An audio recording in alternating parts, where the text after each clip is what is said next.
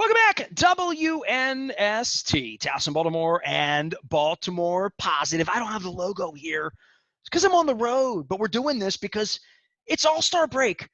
Luke Jones, I used to be in like Denver for this for like 3 days with gummies and stuff and mountains and crazy stuff, but couple decent days for Oriole baseball. I mean, we crushed them for being at the bottom of everything, right? At least on Monday night, the little orange bird was at the top of the of I think of everyone's heart and their mind for what Trey Mancini's gone through, and certainly a nice showing for him. And hey, Cedric Mullins touched home plate in the American League victory, right? There you go. I mean, you have a season that has had so few bright spots, and I mean, it's just been absolutely miserable, especially since there was John Means. I was just going to say, since then, there's been next to nothing. I mean, certainly from a team standpoint, nothing to. If I could tell you, you could have a no-hitter and nothing else. Would that be good enough? Yeah, I mean, that's kind of what it's become if you look at their record since May 5th. But you're right. I mean, for 2 nights in Denver, when you look at what Trey Mancini did on Monday night, and what was, I think, a really fun, entertaining, energetic home run derby. I mean, so much it was centered around Shohei Ohtani and what he's meant to the game this year, and how he, despite what Stephen A. Smith might say, is becoming the face of baseball just because we haven't seen anything like this in a century at the major league level. But Trey Mancini, he won the night. Pete Alonso, as I tweeted at WNST, Pete Alonso won the home run derby, but Trey Mancini won the night, and he deserved that. It feels like Trey Mancini won the derby, though. Yeah, it does. It does. And it almost reminds me, what was it, years ago when Josh Hamilton went nuts at Yankee Stadium, and I think Justin Morneau actually won the derby, but that was the year that Hamilton was insane. And the reason for that is because he did my show in the pregame that night from Yankee Stadium. There you go. You go. But it was just – Monday night was such a good night for Trey Mancini. I mean, we all know his story so well here in Baltimore, and I know, there have been great stories, great additions to the narrative that we've even seen in recent days. But what's been interesting is I feel like you and I haven't talked a whole lot about Trey Mancini because he's looked like the pre-cancer Trey Mancini up there, and that's just such a testament to him.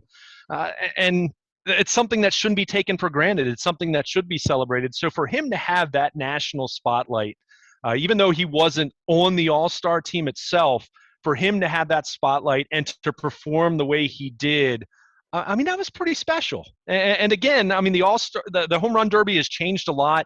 The timing of it's a faster pace now with the timing, and the home runs are just going out like crazy. And I think ESPN kind of struggles with how to produce an event like that, but I think it was fun though, and I think certainly it was a great celebration for Trey Mancini to get the kind of recognition that he did. As much as there was focus on Ohtani, and he had the great showdown with Soto, with they go to the sudden death and I guess what the 3-pitch, home run off, whatever you wanted to call it. So there were a lot of other big names in this, but Trey Mancini, just as he has typically done in his Orioles career, albeit not playing for good teams, he just went about his business and he performed at a really high level, and that was just so great to see. And then you follow that up with Cedric Mullins, who didn't do anything special in the All-Star game itself, but I know at one point, I can't remember if it was his first or second at bat, Joe Buck made mention about how great Cedric Mullins has been this year. And when you look at his season in its totality, and we've talked about it a lot, but when you look at it now, being at the All-Star break, leads the American League in hits. We know he's a Gold Glove caliber center fielder, so you're at a premium position, so you're talking about great defensive value there. Has an OPS over 900. He has a great chance to be a 2020, if not a guy who pushes to maybe have an outside chance of being a 30-30 kind of guy. If he were playing on a contender, we'd be talking about this guy not in the same way that you talk Ohtani, who, barring an injury, is going to run away with the MVP. And certainly Vlad Jr. did what he did on Tuesday night. But you'd be talking about Cedric Mullins kind of in that, at least that top 5, top 6 MVP conversation. That's how good he's been. By the way, I'm going to give you a comparison that I thought about. And look, I've watched that kid bat for a couple of years now, right? When it looked like he wasn't going to make it, then he might make it, then who is he? He's gone. He's a prospect. He's a suspect. Now he's an all-star, literally, right? He went from prospect to suspect to All-Star. That's literally has been his journey. I saw Kenny Lofton in some way. Yeah. And maybe that takes me back to the 90s and the All-Star game in Coors Field that I went out there. By the way, I've got a great story about calling Coors Field Pissy Water Stadium that wound up becoming something that like foundationally changed WNST and funded a lot of 105.7, quite frankly. But Coors Field and that particular era for me, I remember going to see Tim McGraw and Faith Hill as newlyweds play the Denver Playhouse Theater at the MLB pregame party on ESPN. How old were you in 97? You were a kid, weren't you? 97, I was 98. It was 98. I was 14 going on 15 in 1998. Because 98, the reason I know that, 98 was a National League city. 99 was Boston. 97 was Cleveland. So 98 must have been Denver. I can't remember what I had for lunch today, Luke, but I remember what I did 23 years ago this week in Denver, Colorado. I remember the Beanie Baby they gave me. I remember – do you still see Craig Heist from time to time? I do. Remind Craig Heist of the time that he had his first Rocky Mountain oyster when I had my first Rocky Mountain oyster. I have pictures. My first Rocky Mountain oyster, Luke, I know you're having a hard time believing this because you're from a farm up in Pennsylvania. It was my last Rocky Mountain oyster. I had shocking. One. I had one in 1998. I had never had a second one. And Craig Heist was there. It was a part of it. I'll have to ask him about that. Crazy stuff I remember from 23 years ago when I can't remember what I had for breakfast this morning. I mean, I know maybe grapes and, some blueberries were involved, but it is crazy. And I thought about Dante Bichette. And then I thought, this kid's in the big leagues, isn't he? Yeah, I think so, right? And then I thought about the people I took pictures with in 1998. It is amazing. And the All-Star game hasn't been here yet. And I got a little bit of that the last couple of days. But what an unbelievable thing, right? With Vladimir Guerrero and just if you love baseball and you spent Monday night and Tuesday night, I fell asleep Tuesday night full of, fourth inning. It's where I go about 9:20 every night. But it was a nice seller, other than the jerseys, which were a disgrace. I was just going to say that. Yeah, you have at that all you want. I don't want to be the bad guy here, but I want to give you some Kenny Lofton on that. Where are you with Kenny Lofton and Cedric Mullins? Yeah, I think that's a pretty decent comparison there. Now, I think Lofton threw better than what Mullins does, even though you think of Kenny Lofton as this, he was this wiry guy in center field. You look at him. He was a basketball player who was actually one of the guys that was perceived to be a jerk by everybody. He was always very nice to me. Kenny Lofton was cool to me. But he was the kind of guy who you look at him and he had a long career. A guy that really played at a high level for a long time, despite not getting Hall of Fame buzz, anything like that. Hall of Good, Hall of Very Good, whatever. He was a real athlete, man. No question about it. And you kind of look at where he started his career, where he he winds up being dealt to Cleveland, and early on there were lots of questions about him, and maybe not the same path as Cedric Mullins, but it is remarkable. I noted this, and I saw Cedric Mullins even acknowledge this, and the Orioles actually subtweeted something that he posted 2 years ago. Him starting the All-Star game, of course, in place of Mike Trout, but he was very deserving of being a starter. This was not a situation where there was, first of all, he deserved to be on the team, and he has arguably, statistically speaking, in 2021, been the best outfielder in the American League if you look at his entire skill set, certainly in center field. But July 11th, 2019 was when the Norfolk Tides transferred him to Double-A Bowie because he was hitting just above the Mendoza line from the time that he was optioned to Triple-A, at late April of 2019. So you think about where this guy has gone over the last 2 years, to a point where new regime comes in. They kind of gave him the benefit of the year of the doubt early on, and then he was off the radar. He didn't even get a September call-up despite being on the 40-man roster 2 years ago. That's how far off the radar he had fallen. And where you consider where he is now, having abandoned switch hitting, having rebuilt his swing, taking that growth mindset that the Astros and Elias and Meidel have brought here, which clearly hasn't taken to the major league level exactly by and large. But he's certainly one of those stories where you just look at what he's done. It's just been absolutely extraordinary and remarkable. And look, I don't know if what we saw in Cedric Mullins in April, May, and June, and the first part of July is who he's going to continue to be, or if this is his career year. But at the very least, he's answered the question that, hey, he's a legitimate starting center fielder, and he's a legitimate leadoff hitter. And this is, I don't want to say it's the first time we've like talked about him at length, but the team stinks so much that him getting a hit every 3 at bats every night and running around, hitting some home runs and losing efforts. They lose 2 out of 3 games every night, right? Like literally, they lose 4 times a week and play 6 times a week, right? So, and that's going on for 3 months. And football season, if you can't tell, it's close. I'm growing my hair long for it, just so you know, because I don't have to wear black out there when it's 100 degrees like you. I actually thought about, like, what it would be like to fly to Spartanville, South Carolina in August, and like how hot it would be, and I could go see my mom's homeland and see the Gaffney Peach, things that you may not have experienced on the way to, I don't know, south of the border or someplace like that. But I digress. Back to baseball. There hasn't been a lot of it, right?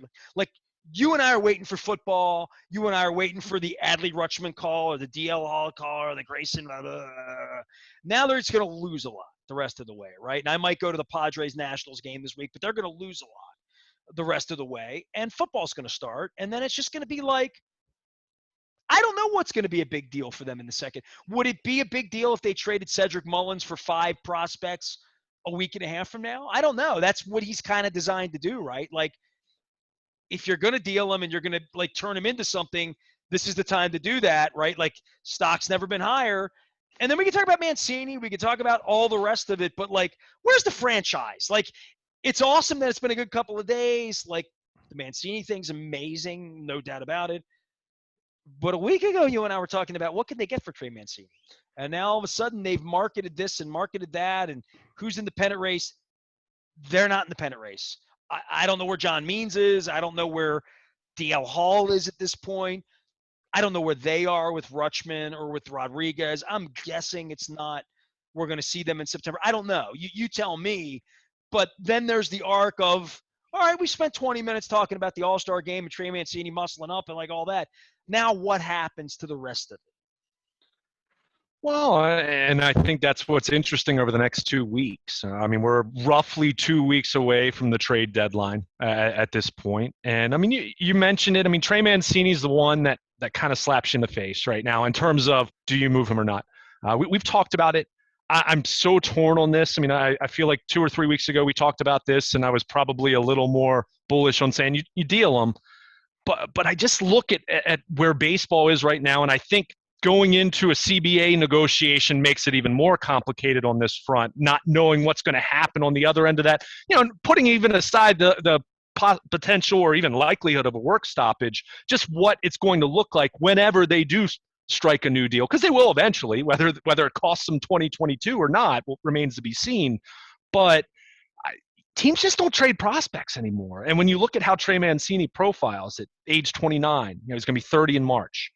We've seen here in Baltimore firsthand how first baseman on the wrong side of 30 can age, and it's already paying one of them, and the Mets are paying one 20 years later, right? I mean, not just Chris Davis, but even look at Mark Trumbo, which was 3 years, 37.5. I mean, that wasn't a franchise crippling deal. And Mark Trumbo, did you just say that? Yeah, but to me, if there's a scenario, and I'm going to get back to kind of how I feel about this right now.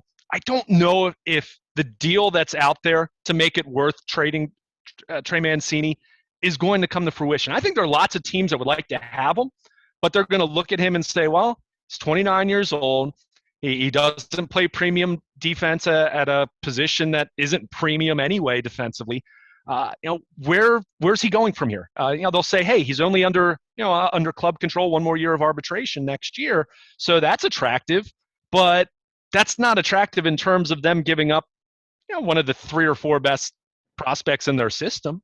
I don't think you're getting anywhere close to a top 100 guy in all of baseball for Trey Mancini. So what's your Then objective? why deal that? Right, Then what's the exactly. point? And that's the point. So that's where, you kind of come Or maybe you you circle help back. him out, put him in a pennant race, right? Sure. But that to me is where you have the conversation and say, like, look, Trey, we love you. You've been one of the few soldiers, the few pile divers we've had the last few years. But what do you want at this point? Even if you really like what we're doing and you get a sense, behind the scenes and you see what we have in our system and you love the area, you met your girlfriend here who, we know that story, but what do you really want? Do you want to be around here for a couple more years? If that's the case, we can talk a 2-3 year contract. We'll pay you market for what you'd probably get, which, as I mentioned, might be a Mark Trumbo-like contract, which was 3 years, 37.5. Because he's just not the kind of player who I think is going to get. Certainly not going to get Chris Davis kind of money out there, unless the Orioles of a few years ago manifest. But I think it is one of those deals where, considering where your payroll is right now, I'm certainly not in the business of talking about this organization saving money at this point, because their payroll is already bottom 5 in baseball, which when you're rebuilding, you expect to have a low payroll. So not even going to harp on that too much. But Trey Mancini is the kind of investment, if you want to keep him around, you feel he's a positive influence on your younger players. If you think Rutschman, Grayson Rodriguez, DL Hall are all conceivably in Baltimore next year, which I think is realistic.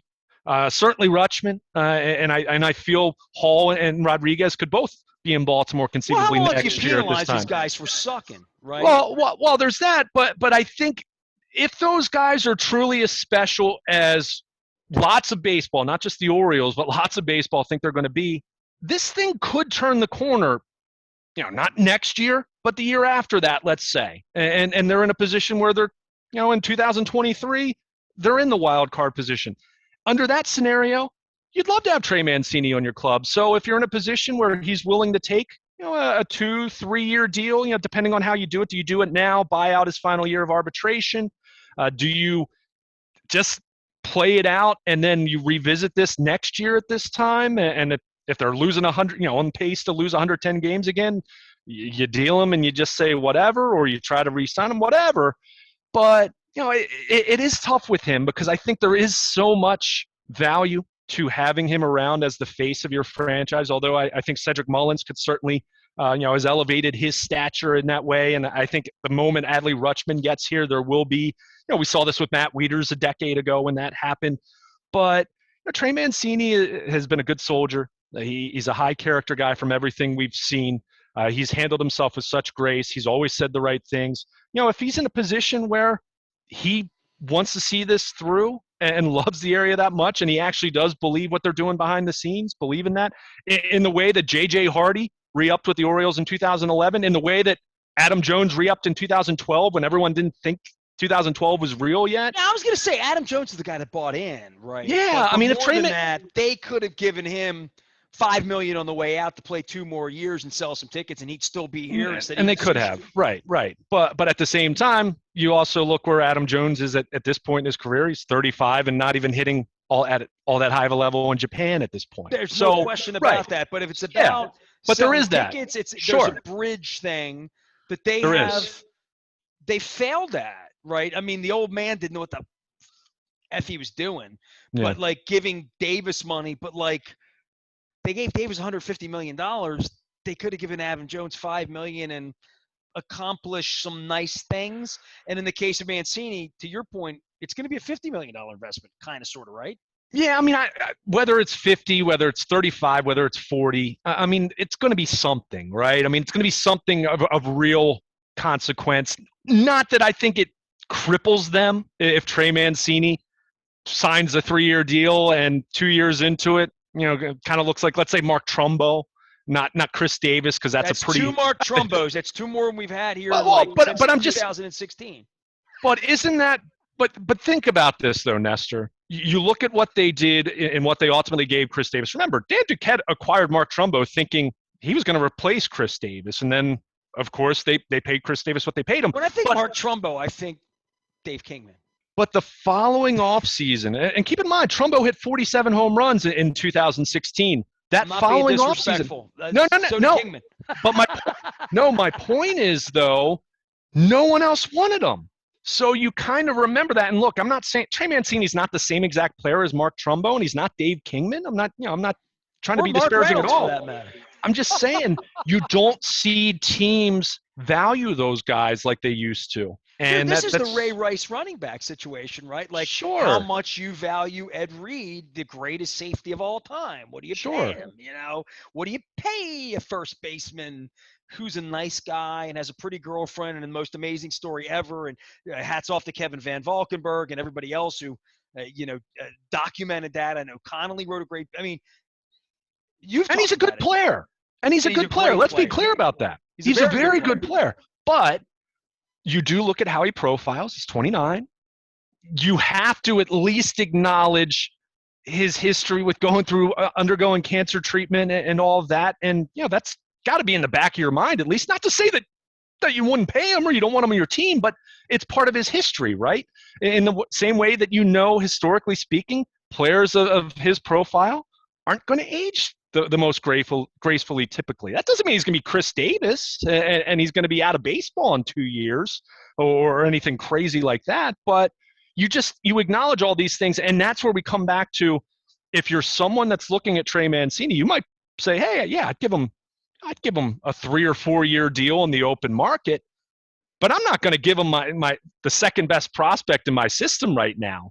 To have them for the rest of this year and next year. And that's where the rub is for the Orioles in terms of paying twice part that exactly. The new math doesn't work. The MIT math doesn't work like it did in 1998 with Sid Thrift. Right. And let's be very clear here. As we're talking about this, and we'll get to, we can touch on Mullins and, John Means looks like he's nearing a return. He's making some rehab starts in the minors, but I think there's questions with him that I think is probably dimmed the likelihood of any serious conversations happening there when you're talking about coming off of a shoulder issue that's put him on the shelf for 5 weeks. But I don't think whatever they would decide here, whether it's to move Trey Mancini, you end up not getting a whole lot of consequence, as far as a return of consequence, whether you hold on to him and you trade him next year as a rental, you're not going to get much there. I think that's pretty evident at this point. You're not seeing teams trade. We also have to ask if he's going to have a better year next year than this year. Well, there's that. And like I said, there's a conversation to be had that if he wants something that is reasonable in terms of length, and again, I'm not saying lowball him, but I don't think any team's giving him a 5-year contract. I just don't think a player that fits his profile is getting that in this day and age in baseball with these front offices. You're talking being about so a smart market contract. You're talking about the old days where you had to pay the Peter, 20% more just because you suck and you're the Orioles. Yeah, this kid doesn't feel that way. In the way that Messina didn't feel that way, in the way that Mike Bordick didn't feel that way, in the way that BJ Searle. I mean, I can name 10 of them. Adam Jones would have been one of them. Nick Markakis might have been one of them, right? And that's harder for Jones or Markakis because those were life-altering, twice what Mancini will get. And maybe somebody's out there with 3 years and 15 for Mancini. I don't know. Maybe. Yeah, and I think that's likely or very possible. Well, that's different than 3 years and 38. If you get 48. Well, sure. But if you got to go play in Miami to do it, then I don't know. Right. For me, though, it's much more about the length of the deal. I just don't think that you're going to see a team, whether it's I certainly don't think the Orioles would do it. I don't think you're going to see a team that gives him a 5-year deal. I mean, this isn't a guy who's hit 45 home runs and he's not a superstar. He's a superstar of a guy. Right. He hasn't had a Chris Davis 2013 like season. So that's where we kind of come back to whether you move him, whether you hold on to him and he leaves as a free agent, or even if you re-sign him to, as I suggested, a 3-year deal, let's say. Do I think any of those outcomes drastically alter whether the Mike Elias, Sig Mejdal plan works here in Baltimore? Probably not. So that's where I come back to the PR value, the value of your team not having a whole lot of soul right now, for lack of a better term. A whole lot of heart right now. Not that these guys aren't playing hard. They're playing hard, but there's not a whole lot that Orioles fans can identify with right now on the major league roster. You can make an argument Adley Rutschman is that guy down below right now. By the way, I saw Salvatore Perez taking Ike's at the All-Star game and thought, he used to be a 230 hitter. He used to be the sixth best team on a team that sucked. And things change. And I think that's where you would talk about Keuchel with the Astros, and compare that to Elias and say, all right, that's a John Means. And you talk about things that happened with Houston with Altuve or any of those guys, you'd say, well, maybe that's Mullins. Maybe that's Mancini. Maybe Mancini will be a 33-year-old guy on a team in 2025 that wins 97 games with DL Hall as an 18-game winner and Grayson Rodriguez is a 22-game winner and like Rutschman MVP candidate, whatever it is. Yeah, right. Sure. Hitting 318 with 28 bombs and like all that, right? Right, and that's where, I mean, the most recent comp, and it's a different position, but, I mean, look at Ryan Zimmerman in D.C. for all these years. I mean, he played on a bunch of terrible teams down in Washington and hung around, got to the point where, of course, Bryce Harper was outshining him and Anthony Rendon and of course, Strasburg and Max He played Max for Frank Scherzer. Robinson, and Frank's dead. But you look at Zimmerman. Could Trey Mancini conceivably be that guy for the Orioles? Maybe. I mean, maybe. I don't think he needs to be from a baseball standpoint. I don't think this is critical. Again, they'll build a statue for him, right? I mean, I don't know if they build a statue as much as everyone feels really, really happy for him. And it's just such, in the same way that, you kind of looked at, what the Ravens. Adam Jones, Nick Markakis. Well, I mean, sure. Or you look at the Ravens. Statue, but and neither did Nelson Cruz or, Delman Young's the biggest star in the history of Oriole baseball. Ask anybody. The ladder, Tito Landrum. Yeah, no question. So again, strictly speaking, from a baseball standpoint, we're probably spending too much time on Mancini, and Mullins would be the. Even though Mullins is under club control for another 4 years after this. So he's the guy you're talking about, that if you were going to trade him, you need like multiple top 100 prospects in all of baseball coming back. Nobody's giving that. That's what it'd have to be. And again, on either one of these guys. Well, I would say this. They give you that for Rutschman, but they're not giving that for these guys. Right. If you believe Mullins, what he has been in 2021 is him moving forward, and you look at it from you look at his advanced statistics and everything, he's the kind of guy that teams are going to pay more for. But to your point, does that mean 3 top 100 prospects? I'd be surprised. So, again, it comes back to what are teams willing to deal, and then what's the upside in doing that? I mean, we've seen the Orioles make a lot of trades the last few years, and I think they've done well in some of those trades, and others they haven't done so well. But are you just going to be getting more bulk, or are you going to be getting something of value? I think you'd certainly, any deal that you would have to consider for Cedric Mullins, you'd be getting a heck of a lot of potential long-term value. I don't know if there's a deal out there that's going to manifest for Trey Mancini in that way whatsoever. So that's where, to me, it's a marginal net gain potentially long-term.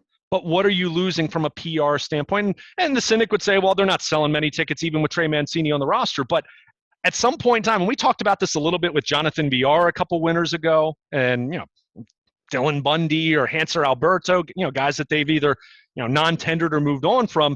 But there does come a point in time where you recognize that there are some levels of this, not just have to make the major league roster as miserable and not enjoyable as possible, compared to the opposite end of the spectrum where you're all in trying to win a World Series. There are many degrees in between there that we can talk about. Number 1 pick versus trying to get the number 8 pick. Sure, right now, sure. They're trying to get the number 1 pick. So dealing some of these guys off that are good players,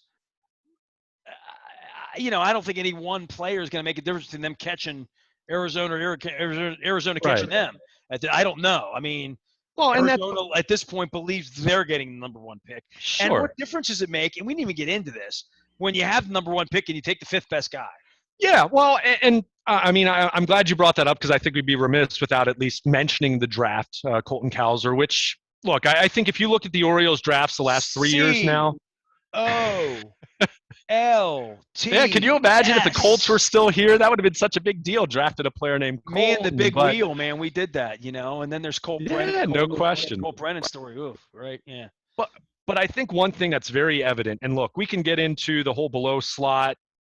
I mean, ultimately, we have to see what these guys sign for. There are a couple college players that, guys that have the option of going back to school that might be a little more expensive of a sign than the industry indicates. First of all, I'll say this. You're seeing mock drafts from even some of the most respected sources out there and most plugged in pundits. Lots of volatility, and we're not seeing a whole lot of accuracy. I mean, Henry Davis going first, there weren't many people who thought that was going to happen. I mean, maybe at one point earlier in the summer, and then you saw them kind of go away from that. So we do have to remember these rankings that Baseball America or Keith Law or Jim Callis or whoever it might be, they're not gospel. I mean, they know a lot. They know more about these guys than you or me. Let's be clear about that. But they don't know everything. So maybe the Orioles, and I think this is what's interesting, when you look at their 3 drafts now under Mike Elias, heavy, almost overwhelming influence or skewed and influenced and really gearing towards college position players, college hitters, where guess what? There's more reliable data on them. So when you talk about their predictive model, which is, they have all this data they take, not just on the players they're evaluating, but past drafts. Well, a guy that hits at college is the best prospect you can have because his arm doesn't blow out and you're getting a hitter, right? It's the highest floor. Did I just bake it down the best way? Basically, the highest floor, but the critic would say, might not have the same kind of ceiling as the guy that has a chance to be Manny Machado, who you drafted age 17. So, but we've seen that. It's been really interesting. I mean, out of 20 rounds in this year's draft, they took one high school player in the 8th round, a catcher who they're going to sign. He's going to forego his college eligibility. So we'll see how that works. I mean, I think they like the bat a lot. He's also a kid who has a good arm, and other teams even talk to him about pitching. But it's very clear they are very much skewed towards drafting college position players. However, look at their drafts or their trades of the last few years. If you go back to the Dylan Bundy trade where they acquired 5 pitchers from the Angels, and they acquired Kevin Smith from the Mets in the Miguel the Miguel Castro deal. They've acquired a lot of pitchers, so you wonder how many of those pitchers they acquired were guys that they liked in their modeling that they didn't draft, but then they saw them for a year in another team's system, and it verified information. So I don't know. I mean, but your point is well taken, and it's something I even noted in my 12 Orioles thoughts at BaltimorePositive.com in talking about Colton Cowser. If we're going to acknowledge that they're at least going to save a little bit of money, and I've seen some people debate whether it's going to be a major underslot or he might actually get more money than you think, and it's only going to be maybe a very modest savings. And then from that standpoint, the theory doesn't hold up quite as well. But I think it is fair when you're talking about a team that, as much as I defended where they were 2 years ago and saying, well, is it really tanking when they went into 2018 trying to win and they lost 115 games? But now when you see where they are now, again, on pace to be well over 100 losses, clearly did not try to upgrade their pitching, clearly did not do anything at second base of note when you non-tendered Hanser Alberto. They're in that tank mode, and we'll call it that. It's, Michael Elias isn't going to say it publicly, but that's what they're doing right now. They're not trying to win at the major league level. They're not trying to maximize wins at the major league level. That's where you do look at it and say, well, do you really need to be the worst team in baseball or the second worst team in baseball if you are going to end up taking the 5th or 6th best prospect from a consensus standpoint? Now, Colton Cowser might turn out to be the best player in this draft. And if that's the case, then, hey, Mike Elias and Mydell will say, well, we knew what we were doing. We'll evaluate that on a night in late October at some point, 3-4. Yeah, I mean, that's the thing. We don't know, but that is a fair question that I think fans have at this point, where you look at it and say, do they really need to be this bad? And this brings us full circle to, I think Trey Mancini is the most logical guy to point to, where you say, you haven't won anything with them the last few years. If you can get them on an extension that makes sense, it's not going to cripple you long term or anything like that. is it so bad to keep them around for a couple years and mentor your young guys? And hey, if the path back to relevance is a little shorter than it looks right now, which again, I'll remind everyone, 2010 Orioles were the worst team in baseball when they hired Buck Showalter, and they're in the playoffs 2 years later. So you never really know. But is it really? Sox, and we could go through all these teams. Is it really? Are you really in a position where you have to trade Trey Mancini, where you can't re-sign him if he's amenable, cooperative and amenable to a reasonable extension? It might be Trey Mancini who says all the right things privately. He might be dying to go to a winner. And if that's the case, guess what? You have that conversation. Say, Trey, we'll try to accommodate you. We want to try to get the best deal. Dude. I think he'd want to play. Right. You wouldn't blame him at all. But then if you do that, Mike Elias then can share that with the media and in turn with the fan base to say, hey, we did talk to Trey about an extension. At this point in his career, getting this close to free agency, wanting to win and knowing where we are in our plan to continue to build the talent pipeline in this organization, we just didn't see a fit. So we decided to move on. We got the best deal we could get. If that's the case, no problem then. You wish Trey Mancini well. Maybe he comes back in 3 years when he's a free agent and you need a DH to fill out your lineup. But then I think you could put your head on the pillow as an Orioles fan and feel fine about that. But, it is one of those things that I do wonder if the kind of deal that you'd like to say, yeah, you have to make that deal because you're going to get some really good young talent. I don't know if that's going to manifest where you're going to be excited about it, or is it going to be more of, guys that they already have in their system right now, or okay, they might have an interesting trade or two. Not saying they can't be a major leaguer, but certainly not guys that you're going to be talking about as the 3 or 4 best prospects in your system. And if you're not getting that, I don't know if it's really worth it from a PR standpoint to just say, oh, we're going to just get rid of Trey Mancini and we'll save a little bit of money there. If that's what the rationale is, then shame on the Orioles, because you are talking about a guy that fans have been able to identify with. And look, they still have some people watching the game. So at the very least, reward them. How about that? We still know the biggest story in the city is Lamar Jackson running around doing 7-on-7 drills on asphalt with. We're going to fight on this. Kids in sandals. It's a nice PR story. It's a nice piece of video. It's kind of cool and fun and all that, except he's not a video game. So, and I remember when Mike Flanagan lost the season back in the day. I remember when Terrell Suggs lied and probably still would lie to this day about how he got injured. I don't know, every year he does something that's not real smart on video in the offseason. Were you really I don't need to bubble wrap the kid, but like. Well, that's the thing, though. Anything he does to work out to get ready as a player is going to look more risky than that. I mean, I don't know. Like maybe we're looking at something different. And I'll hear you on the jumping over the jet ski last year. That come on, Lamar. And I get it. He's 23. He's having fun. You think you're invincible at that age. Seeing him, and he wasn't even running at full speed. I mean, I don't know. Look at that. But dude, if he falls over and gets hurt in that video, it's.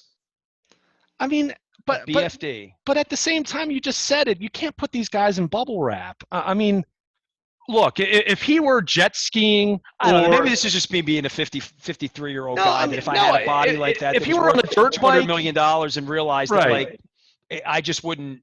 I just didn't see what he was doing as being all that terrible. I mean, it wasn't terrible, not for you and me, because we blow our knee out, we go get crutches, and we walk around and laugh about how we're not like young like we used to be.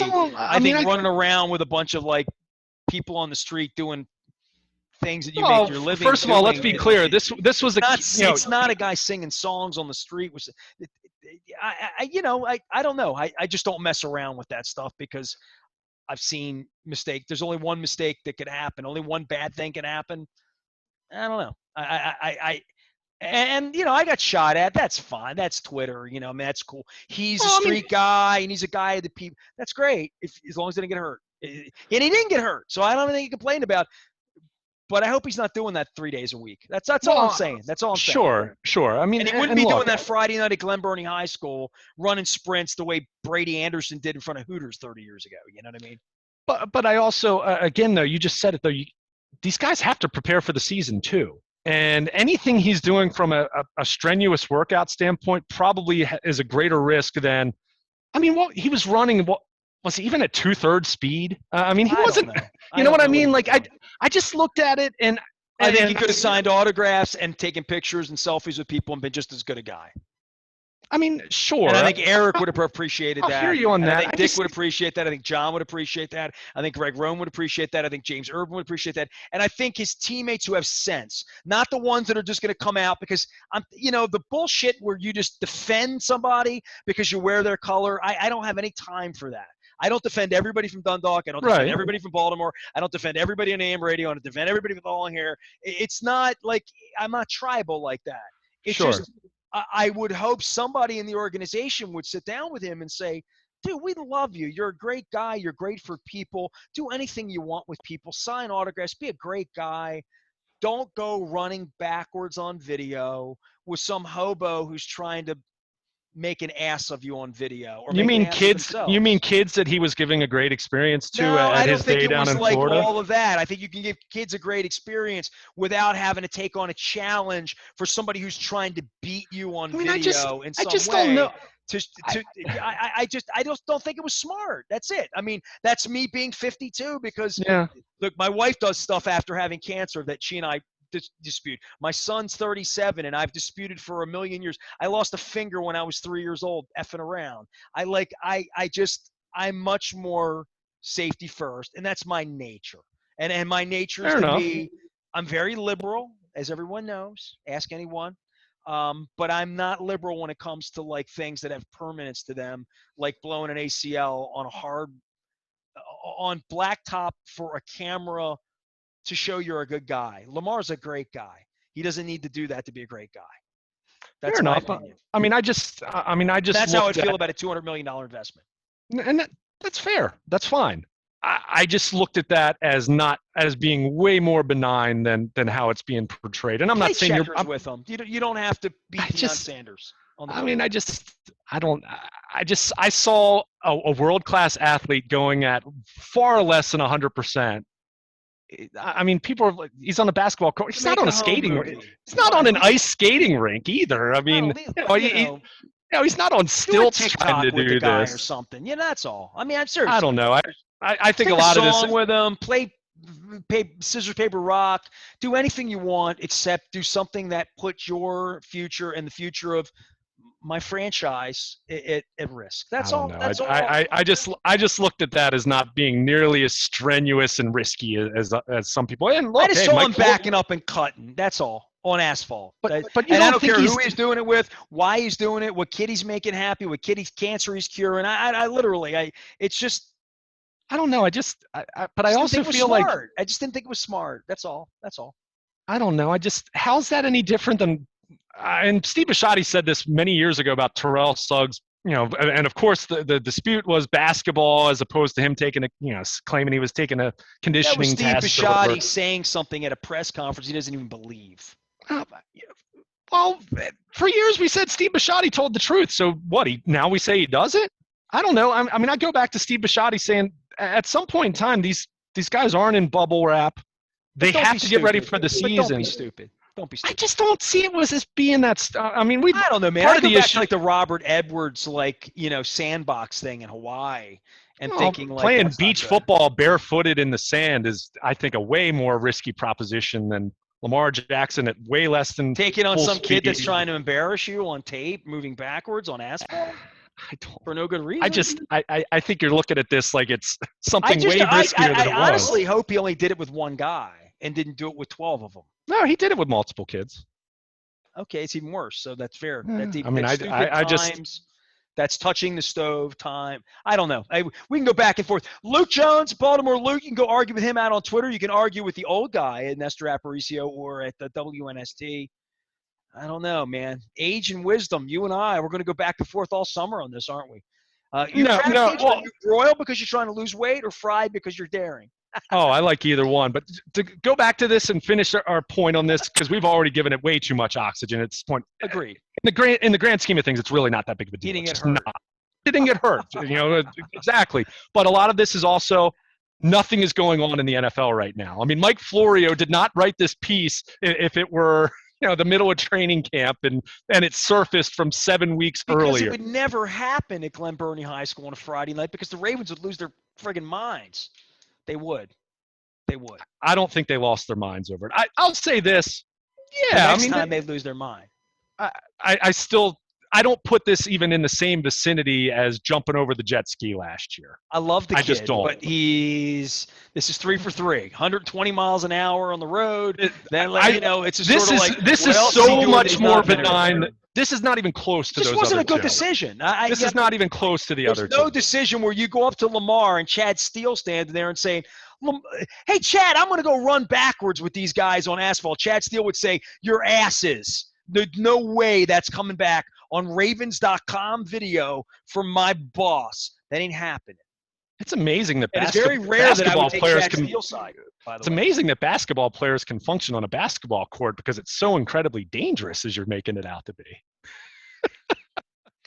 Luke Jones will be at the ballpark. He'll be eating hot dogs. He'll be not in Carolina or Spartanburg, but the Ravens will be beginning, and we'll be arguing. This is why it's fun. They told me when I bought the FM AM radio license that I should have conflict here. So we have real conflict here. How does it feel? We didn't even argue that much about the Orioles, this is usually the opposite, right? So it's fine. They haven't played in 5 days. Yeah, Luke Jones is here. He is Baltimore Luke. I am Nasty at WNST.net. You can find us both out at Baltimore Positive, making the most of the slowest week of the year. Just to prove how slow it is, it's All-Star Week. We are WNST AM 1570 and Baltimore Positive.